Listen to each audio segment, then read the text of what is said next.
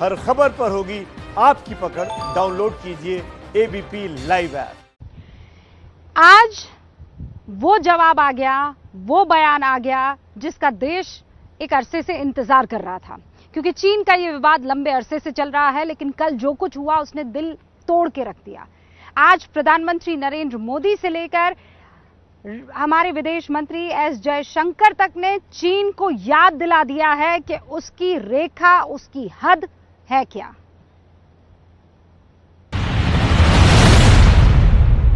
मैं देश को भरोसा दिलाना चाहता हूं, हमारे जवानों का बलिदान व्यर्थ नहीं जाएगा।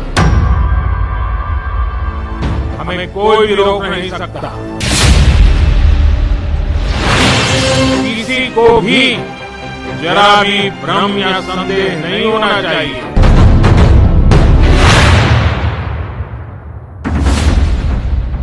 भारत का अगला कदम क्या होगा? इसका जवाब प्रधानमंत्री मोदी की बॉडी लैंग्वेज, उनके बोलने का अंदाज और इस्तेमाल किए गए शब्दों में छुपा है। पहले संकल्प सुनिए। मैं देश को भरोसा दिलाना चाहता हूं, हमारे जवानों का बलिदान व्यर्थ नहीं जाएगा। अब शौर्य को जानिए। शहीद वीर जवानों के विषय में देश को इस बात का गर्व होगा कि वे मारते मारते मरे हैं। इस पर गौर कीजिए। हम कभी किसी को भी उकसाते नहीं हैं, लेकिन हम अपने देश की अखंडता और संप्रभुता के साथ समझौता भी नहीं करते हैं। अब इसे भी सुनिए। त्याग और तितिक्षा हमारे राष्ट्रीय चरित्र का हिस्सा है, लेकिन साथ ही विक्रम और वीरता भी उतना ही हमारे देश के चरित्र का हिस्सा है। तालखल लहजे में चीन को सीधी चुनौती देते हुए आज प्रधानमंत्री ने मुख्यमंत्रियों के साथ शहीदों को श्रद्धांजलि दी और 2 मिनट का मौन रखा। ओम शांति शांति शांति है। प्रधानमंत्री मोदी ने चीन का नाम तो नहीं लिया, लेकिन संदेश सीधा दिल्ली से बीजिंग के लिए था। मैं देश को भरोसा दिलाना चाहता हूं, हमारे जवानों का बलिदान व्यर्थ नहीं जाएगा।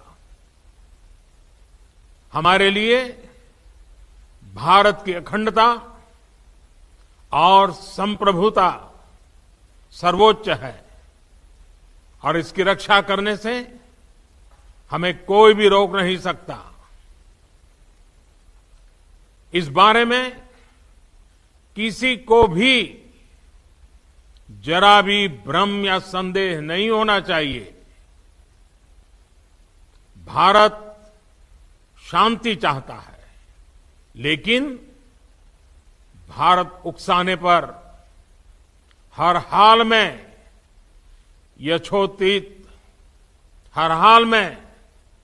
यथोचित जवाब देने में सक्षम है। सख्त तेवर, सधा हुआ लहजा, संदेश साफ था कि भारतीय ने जो खोया है उसका बदला लिया जाएगा। चीन के साथ विवाद को लेकर आज दिन भर राजनीतिक और सैन्य हलचल होती रही। पीएम ने 19 जून को सर्वदलीय बैठक बुलाई तो दूसरी ओर एलएसी पर भारतीय सेना को हाई अलर्ट कर दिया गया।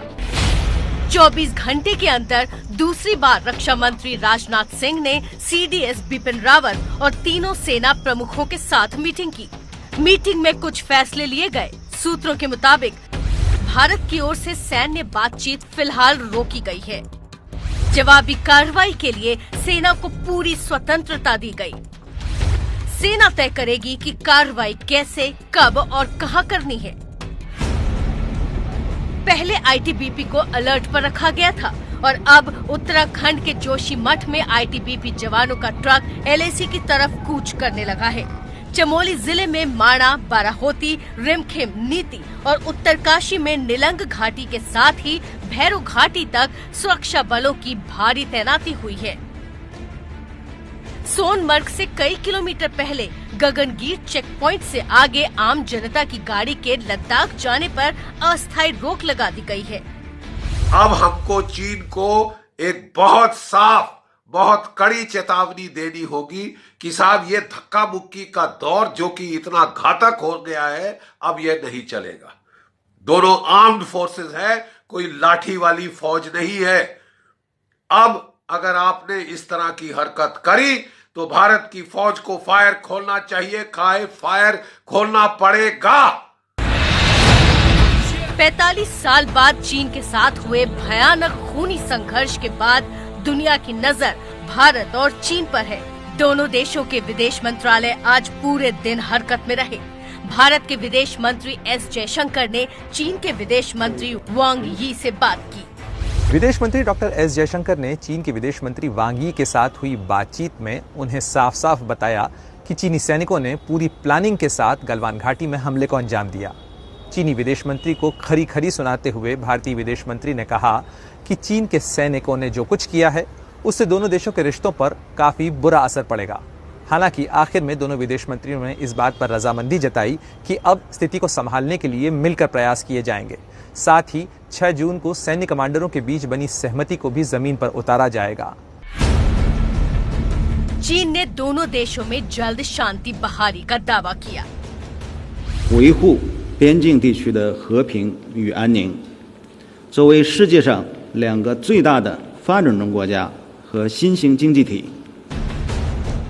चीन की बातें भरोसे के लायक नहीं होती, वो कहता कुछ है और करता कुछ है। चीन कह रहा है कि भारतीय सैनिक LAC पार करके उसकी तरफ गए, जबकि सच ये है कि चीन के सैनिक LAC क्रॉस करके भारत की तरफ आए। गलवान घाटी की हिंसक झड़प में चीनी सैनिकों के मारे जाने पर चीन चुप है, जबकि सच ये है कि भारत के 20 सैनिक शहीद हुए तो चीन के 40 सैनिक मारे गए।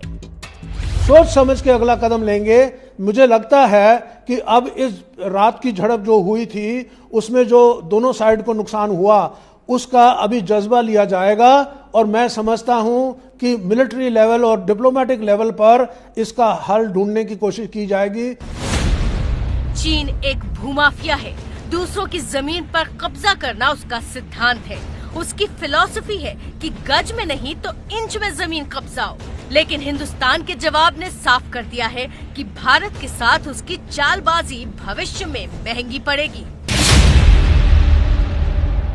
हमारे लिए भारत की अखंडता और संप्रभुता सर्वोच्च है और इसकी रक्षा करने से हमें कोई भी रोक नहीं सकता।